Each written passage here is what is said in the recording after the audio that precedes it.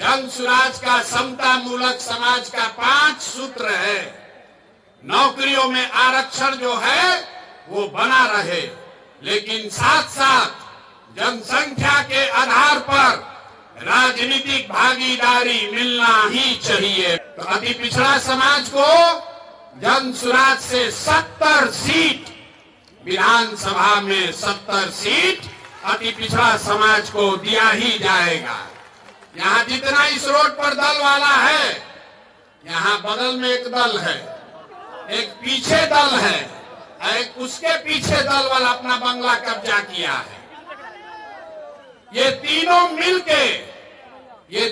लोग मिलके 70 आदमी को अति पिछड़ा समाज का टिकट नहीं दे सकता है।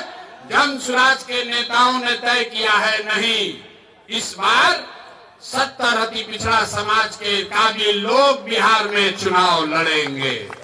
तो पहला है नौकरियों में आरक्षण बना रहे, दूसरा है जनसंख्या के आधार पर आपको राजनीतिक भागीदारी मिले, लेकिन 3 और बात, शिक्षा के लिए जब तक गरीब का बच्चा पढ़ेगा नहीं तब तक उसको आरक्षण का लाभ नहीं मिल सकता है।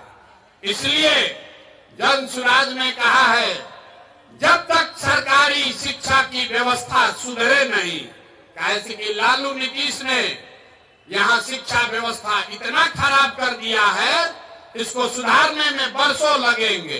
तो जन सुराज ने कहा है, याद रखिए, जब तक बिहार में सरकारी शिक्षा की व्यवस्था सुधरेगी नहीं, तब तक गरीब से गरीब आदमी आप अपने बच्चे को प्राइवेट स्कूल में भेजिए, उसका खर्चा फीस सरकार के ओर से दिया जाएगा, ताकि गरीब से गरीब का बच्चा भी बढ़िया अंग्रेजी मीडियम स्कूल में पढ़ पाए। चौथी बात है भूमि सुधार। पूरे देश में 100 में 38 आदमी भूमिहीन है।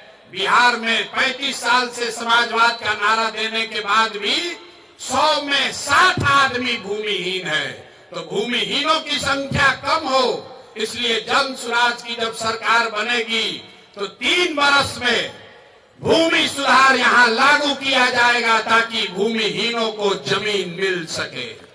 ये जन सुराज का समता मूलक समाज बनाने का चौथा आधार है। और 5वां आधार है पूंजी वितरण में समानता। आपके गांव में जिसके पास भी पैसा है, उसके पास पढ़ाई नहीं है, जमीन नहीं है, लेकिन अगर पूंजी है तो कोई ना कोई रोजी रोजगार, दुकान व्यापार करके लोग अपना जीवन चला रहे हैं। लेकिन समाज में जो लोग पीछे छूट गए हैं, उनके पास पूंजी की उपलब्धता नहीं है। आप बैंक में जाते हैं, गरीब को कोई लोन नहीं दे रहा है। तो जन सुराज के समता मूलक समाज का